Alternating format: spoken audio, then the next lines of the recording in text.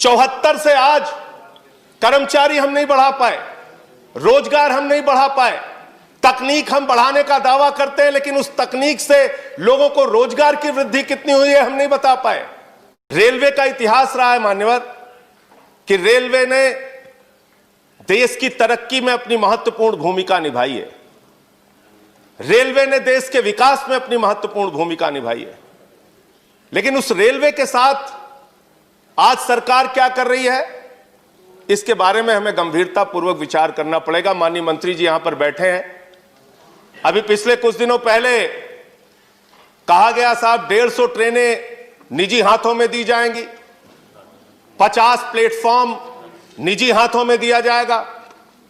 मुझे याद है मान्यवर, एनडीए के संयोजक रह चुके हैं जाट साहब, आज इस दुनिया में नहीं है, उनको श्रद्धांजलि देना चाहूंगा इस अवसर पर। 74 में उन्होंने बहुत बड़ी हड़ताल की थी, और जो 1974 की हड़ताल थी मान्यवर रेलवे की, उस हड़ताल में मांग थी कि 5 लाख कर्मचारियों को पक्का करो, और तब रेलवे के नियमित कर्मचारियों की संख्या थी 15 लाख, ट्रेनों की संख्या थी 11,000, आज ट्रेन हो गई 22,000, कर्मचारियों की संख्या घट के हो गई 13 लाख।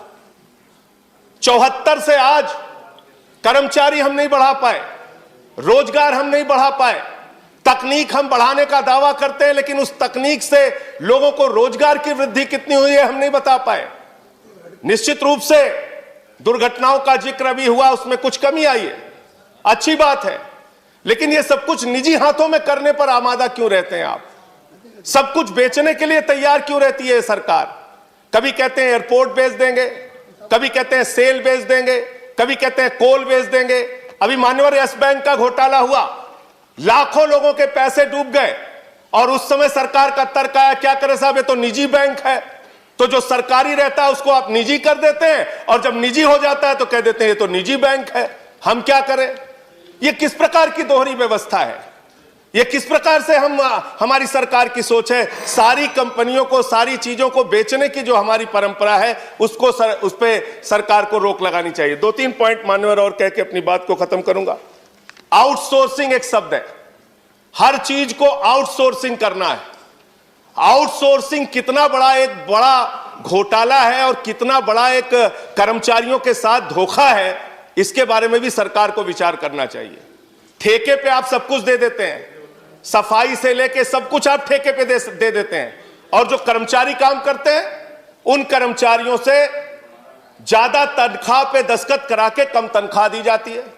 मांग हुई तो आपने बैंक के खाते खुलवा दिए, जो ठेकेदार है उसने एटीएम लोगों के लेके रख लिए, वो पैसा खुद निकाल लेता है तनख्वाह आने के बाद।